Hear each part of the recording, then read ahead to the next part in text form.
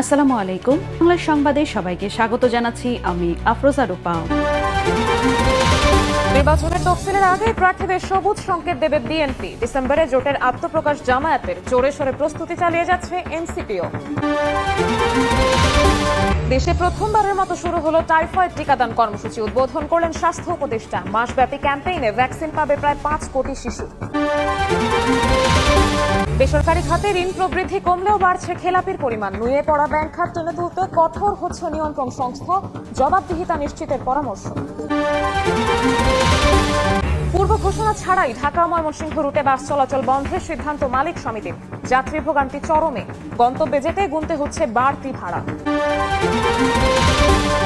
পাকিস্তান আফগানিস্তান সীমান্তে ফের রক্তক্ষয়ী সংঘর্ষ। দুদেশের সামরিক ঘাঁটিতে পাল্টাপাল্টি হামলা। আফগান নিরাপত্তা চৌকি ধ্বংসের দাবি ইসলামাবাদের। মাঠে জোরে সোরেই নামছে রাজনৈতিক দলগুলো। জুলাই সনদ নিয়ে দৃশ্যমান অগ্রগতির পর নির্বাচনে এখন মুখ্য দলগুলোর কাছে।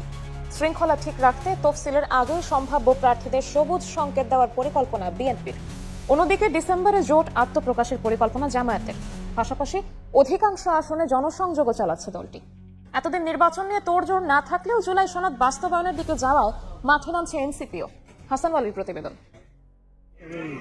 উৎসব মুখর নির্বাচনের সংস্কৃতি দেখা যায়নি বেশ কয়েক বছর ধরেই। গত 3টি নির্বাচনেও প্রার্থীদের প্রতিদ্বন্দ্বিতাও ছিল না। কর্তৃত্ববাদী শাসনের অবসান হওয়ার পর আসন্ন ত্রয়োদশ সংসদ নির্বাচন ঘিরে তাই উৎসাহ উদ্দীপনা তুঙ্গে। তবে জুলাই সনদ ইস্যুর কারণে কিছুটা ধীরে চলনীতিতে এগোচ্ছে রাজনৈতিক দলগুলো। তবে একই সঙ্গে রাজনীতির মাঠে শক্তিমত্তার জানান এবং সংগঠন গোছাতে তৎপর দলগুলো।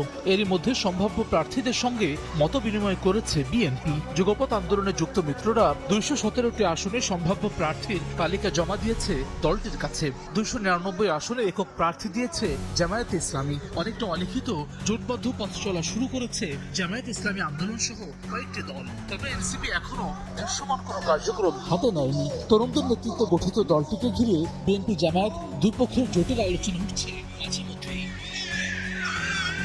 এতদিন জুলাই সনদের দাবিতে নানান কর্মসূচিতে থাকলেও এখন দলের সম্ভাব্য প্রার্থীদের প্রস্তুতি নেওয়ার নির্দেশনা দিচ্ছে এনসিপি। যারা প্রস্তুতি নিচ্ছিলেন দীর্ঘ সময় ধরে তাদেরকে সামনে নির্বাচনে প্রস্তুত হওয়ার আমরা নির্দেশ দিয়েছি।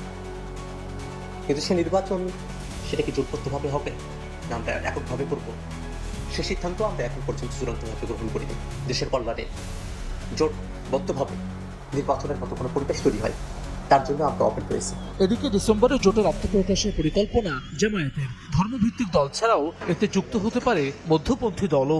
আমরা সবার সাথে আলোচনা হচ্ছে, বাইলিটারাল আলোচনা হচ্ছে, গ্রুপ ভিত্তিক আলোচনা হচ্ছে। আলোচনা পর্যায়ে এখন আছে, কোনোটা ফাইনাল হয় নাই। নভেম্বরের দিকে আলোচনাটা আর একটু এগোবে, ডিসেম্বরেতে এটা একটা ফাইনাল শেপ পাবে। সম্ভাব্য প্রার্থীদের সবুজ সংকেত দেওয়ার প্রক্রিয়া চলছে বিএনপিতে। শিগগিরই এসব প্রার্থীরা নামবেন জনসংযোগে। আমরা নির্বাচন কেন্দ্রিক যাতে জনসংযোগটা বাড়ে এবং আমাদের বার্তাটা জনগণের কাছে যায়, ভোটারদের কাছে যায়, সেটা আমরা আরো জোরদার করবো। খুব শিগগিরই আসাম ভিত্তিক একক প্রার্থীকে আমরা মাঠে কাজ করার জন্য আমরা গ্রিন সিগন্যাল দেব। তবে সেটা অফিসিয়াল হবে যখন আমরা তফসিল ঘোষণার পরে। প্রধান উপদেষ্টার ঘোষিত সময় অনুযায়ী ফেব্রুয়ারির প্রথমার্ধে হবে ত্রয়োদশ জাতীয় সংসদ নির্বাচন। চূড়ান্ত প্রস্তুতি নিতে তফসিলের অপেক্ষায় দলগুলো। সরকারি খাতে ঋণ প্রবৃদ্ধি। অন্যদিকে ট্রাম্পে ঘুরতে 20% বেশি করে বাড়ছে খেলাপি ঋণের পরিমাণ। শঙ্কা জাগানো এমন পরিসংখ্যান সামনে এনে খেলাপি ঋণ আদায়ে কোনো ছাড় দিতে চায় না বাংলাদেশ ব্যাংক। এক্ষেত্রে খেলাপিদের সঙ্গে অদূরদর্শী ব্যাংক কর্মকর্তাদেরও জবাবদিহিতা নিশ্চিতের পরামর্শ অর্থনীতিবিদদের। আর শুধু কর্মপরিকল্পনা সীমাবদ্ধ না থেকে তা আদায় করে সঠিক বিনিয়োগে মনোযোগ বাড়ানোর দাবি ব্যবসায়ীদের। সাইফুল ইসলামের রিপোর্ট। মূল্যস্ফীতি লাগাম টানতে কঠোর মুদ্রানীতির কবলে নিত্যপণ্যের বাজারে স্বস্তি না মিললেও বেড়ে গেছে ব্যাংক ঋণের বিপরীতে সুদের হার। এতে কমেছে বেসরকারি খাতে ঋণের প্রবৃদ্ধি। বাংলাদেশ ব্যাংকের তথ্য, গত বছরের জুলাইয়ে যেখানে বেসরকারি খাতে ঋণ প্রবৃদ্ধি ছিল 10.13%, এক বছর পর নেমেছে 6.52%। তা আরো কমে আগস্ট শেষে হয়েছে 6.35%, যা গেল 22 বছরের মধ্যে সর্বনিম্ন। এমন ঋণ ধারায় বিনিয়োগ খরায় ভুগছেন ব্যবসায়ীরা। আমরা লোকালরাও কনফিডেন্স পাচ্ছি না, বিদেশিরা তো কনফিডেন্স পাচ্ছেই না। তো ওইটার জন্য একটা স্টেবল গভর্নমেন্ট দরকার, স্টেবল ব্যাংকিং পলিসি দরকার। ব্যাংকিং এর জন্য একটা যে অবস্থা, অনেক ব্যাংক ইদানিং আপনার লোনও দিচ্ছে না, অনেক আর্থিক প্রতিষ্ঠানে ইনভেস্ট করে বসে আছে। সেফেস্ট রিটার্ন ও ইনভেস্ট করে দিয়েছে ওখানে 12% পাবে, ও দেখা যাবে ইন্ডাস্ট্রি দিকে যাবেই না। বেসরকারি খাতে ঋণ প্রবৃদ্ধি কমার বিপরীতে প্রতি 3 মাসে 20% বেশি করে বেড়েছে খেলাপি ঋণের পরিমাণ, যা গেল জুন শেষে দাঁড়িয়েছে 5,30,428 কোটি টাকায়। সেপ্টেম্বর প্রান্তিকে তা ছাড়িয়ে যেতে পারে 6,30,000 কোটি টাকা। এমন শঙ্কা জানিয়ে খেলাপির ভারে নুয়ে পড়া দেশের ব্যাংক খাতকে টেনে তুলতে ঋণের বিপরীতে থাকা সম্পত্তি স্ব ব্যাংকের নিয়ন্ত্রণে নিতে কঠোর হতে চায় কেন্দ্রীয় ব্যাংক। ইন্টারেস্টও প্রতিনিয়ত ইম্পোজ হচ্ছে।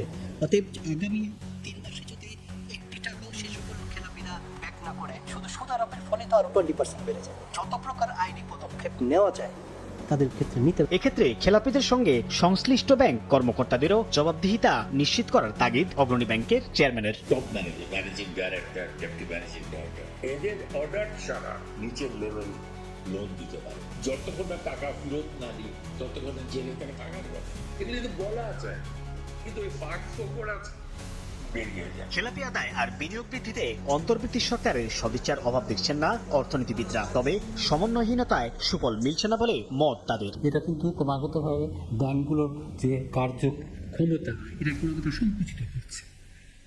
এই যে সংকুচিত অবস্থায় ব্যাংকগুলো তাদের দায়িত্ব তো পালন করতে পারবে না। সময় ভিত্তিক একটা কর্ম পরিকল্পনা গ্রহণ করা উচিত। বাংলাদেশ ব্যাংকের হিসাব গেল জুন পর্যন্ত এক বছরে ব্যাংক খাতে খেলাপি ঋণ বেড়েছে 3,19,037 কোটি টাকা।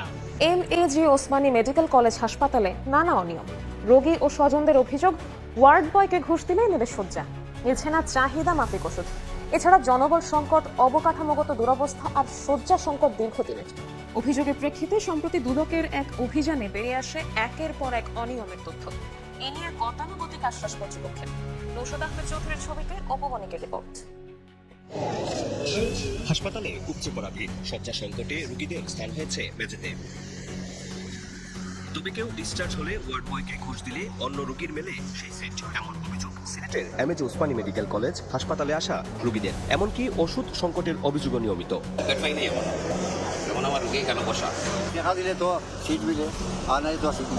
সিলেটের বিশেষায়িত এই সরকারি হাসপাতালটিতে জনবল সংকট, অবকাঠামোগত দুরবস্থা আর শয্যা সংকট দীর্ঘদিনের। সঙ্গে যোগ হয়েছে নোংরা পরিবেশ এবং ওয়ার্ড বয়, নার্স, ব্রাদারদের অসদাচরণ। এছাড়া হাসপাতালের ভেতর ও বাইরে বিক্ষুব্ধের দৌরাত্ম বেড়েছে। ভিক্ষা করা নিষেধ সামনে। আর এটা আইটাম না, ভিতরে তেলাপোকা, এত তেলাপোকা যে দিনের বেলায় যে কোনো খাবার 1 মিনিট থাকলে তেলাপোকার দখলে চলে যায়। এখান থেকে একটা খাইছি না, এই যে আমার ব্যাগ, আমার আমি বাইরে থাকি 1200-1400 টাকা ওষুধ দিয়ে এলাম। চাইছিলাম একটা সিট নিতাম, এখন একজন মহিলা আছে ওয়ার্ড বয়, উনি বলতেছে যে সিট নিতে গেলে এমনি নেওয়া যাবে না, টাকা দিতে হবে। ওনার 100 টাকা দিয়ে তারপর সিট নিতে আছে। অভিযোগের প্রেক্ষিতে তদন্তে নামে দুর্নীতি দমন কমিশন। সম্প্রতি এক অভিযানে বেরিয়ে আসে একের পর এক অনিয়মের তথ্য। এর মধ্যে রয়েছে ওষুধ, খাবার, অ্যাম্বুলেন্স সেবা, আউটসোর্সিং, কর্মচারীদের নিয়োগ ও বেতন জটিলতার অনিয়ম। এই রেকর্ডগুলো পত্রগুলো আমরা যাচাই বাছাই করবো, যাচাই বাছাই করে পরবর্তীতে আমরা কমিশন বরাবর একটা সুপারিশ করবো।